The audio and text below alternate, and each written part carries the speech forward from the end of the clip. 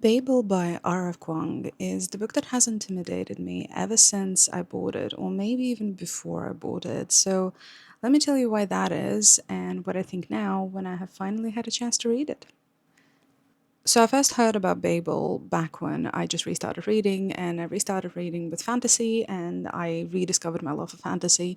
So I started researching books that I thought would be something that I enjoy, and Babel kept popping up at that point, and still it was very popular on BookTube and Bookstagram. So I kept saying Babel, I kept saying Poppy War, but I opted for picking up Babel. But ever since I put it on my shelf, it was kind of intimidating me. I don't really know why. I don't know if it was the length of the book, or just some of the feedback that I was hearing, or just being under the impression that this isn't going to be a very easy or quick read. So I've never really gotten around to reading it, so it's been on my shelf for 2 years now. And in those 2 years, I have read Yellowface and I really enjoyed it. I fell in love with Rebecca's writing. I have heard wonderful things about Poppy War from many, many people, including my partner, who isn't massive on reading, but he was a huge fan of Poppy War. I had gone to R.Kuang's event and I saw her talk live about Yellowface and just her writing in general and her journey as the writer, and I was quite mesmerized. So within those 2 years of me picking up Babel and finally getting to read it, my expectations have spiked up quite a bit. From the get-go, I was 100% convinced that this is going to be a five-star read and I'm going to be absolutely in love with it. And sadly, I discovered that that was not the case. But let's talk about the plot first, shall we? So, Babel is set in 19th century Britain. And the story starts in China, where we meet our main character, Robin, and he's very sick in his home. He's still a child at that point. His mom has unfortunately died, and he's approached by a professor who's offering to cure him and take him to Britain with him. And he offers sort of a guardianship, or I guess an adoption, where legally he is Robin's guardian now. So Robin follows him to Britain and he spends a couple of months learning and preparing to enter Babel, which is a language institute, translation institute. And after those few years of studies and preparation, Robin becomes one of the students. And Babel explores languages, it studies languages, and it teaches languages to its students. And the purpose of all of that is being able to infuse silver bars with sort of magical abilities or magical functions.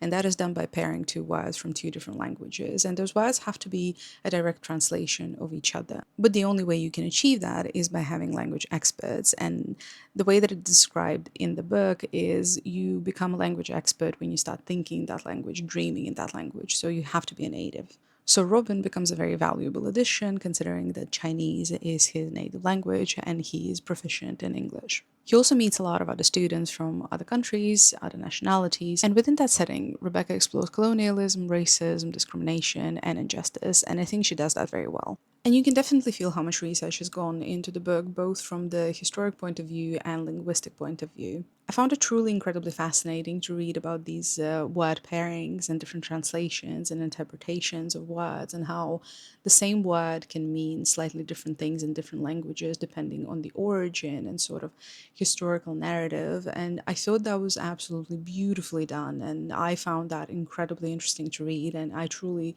genuinely, from the bottom of my heart, would have been happy if there was more and more and more of that. And the historical fiction side of this book definitely made me really want to pick up books on colonialism and really educate myself much deeper in the subject. And I would also definitely say that it's absolutely beautifully written. I enjoyed her writing in Yellowface. I really enjoyed listening to her in person, and Babel is absolutely no exception. It is beautifully written.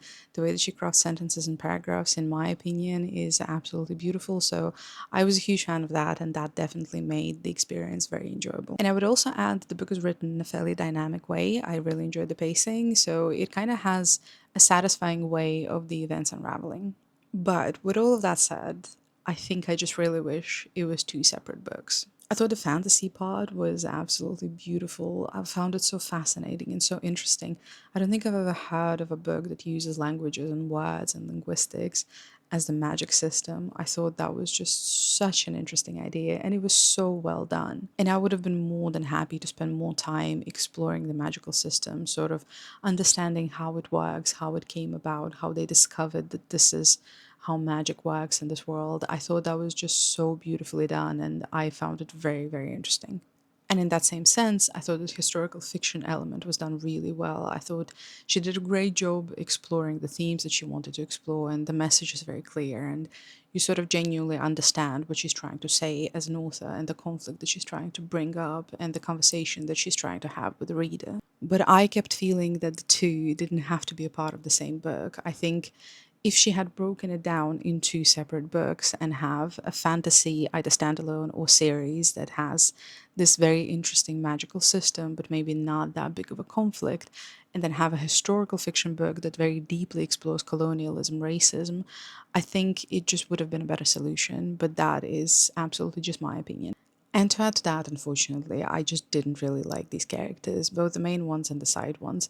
I think this book sort of demands you to really root for them, get very emotionally invested in their lives and in their struggles and in everything that they're going through throughout this book, which I did feel for them and I did understand where they were coming from. But because they weren't very likable, at least in my eyes and in my opinion, it didn't make me as emotional as I probably would have wanted to be myself. And the part that unfortunately impacted my reading process in the most negative way and made it quite unenjoyable and was just incredibly irritating.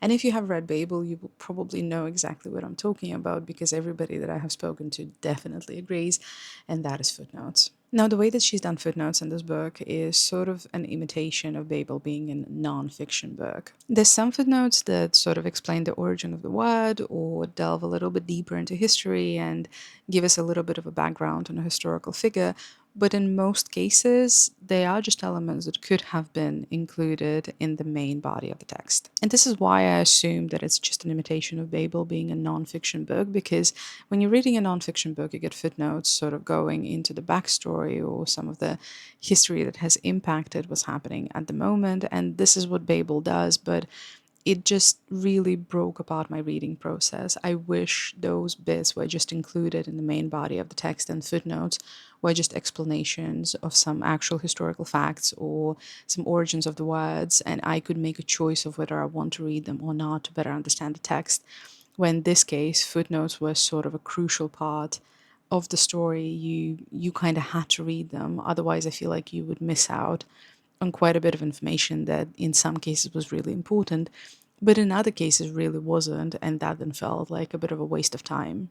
And the way that they were executed in the book, I found incredibly irritating because I was really struggling to see the little mark indicating that there is a footnote. So I would get to the end of the page, I would obviously see that there is a footnote, but I haven't been able to find it. So I would skim through the page again to find exactly which paragraph that footnote refers to.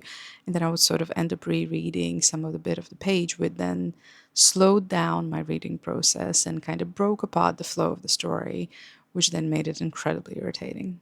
And to make it even worse, when you then switch to Kindle, it makes you jump to the footnote, and about 30, maybe 40% of footnotes are just Chinese hieroglyphs showing the Chinese writing of the word, which there's no explanation of them. It's just a hieroglyph. So when you then end up jumping on your Kindle to the very end to see the footnote and then having to jump back and continue reading the story, that feels like a really big break apart of the flow of the story.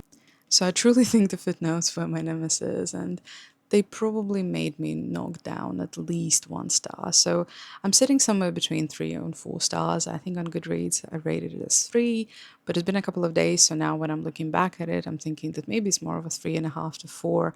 I'm not entirely sure. The only thing that I do know is it just ended up not living up to the expectation and not living up to the hype that it was getting. But that is obviously entirely my opinion. And if you had liked the book, if you had read it, and if you really enjoyed it, that is amazing. I think Rebecca Kuang's writing is really good. And I would definitely recommend the book for that reason. And I can't exactly say that it didn't have an impact on me and it didn't achieve what it was trying to. It made me think about the themes that it was exploring. It definitely made me interested in the historical element. I did really enjoy the linguistic element and the language element and the translation element of the book. And I definitely would have been very curious to read a book that would dive much deeper into that and have that as a standalone magic system. I would be more than happy to read a series about that. But I think overall, it was just a little bit disappointing for me because my expectations were just so high. So, with that said, I absolutely do not regret reading it. I'm very curious to pick up Poppy War. I haven't read it. I am very excited to read Catabasis. I have that pre ordered and I'm looking forward to that coming out in August. So, Babel definitely didn't disappoint me, and I definitely am not disappointed in her as an author and as a writer. I can definitely see how much work and effort was put into this book.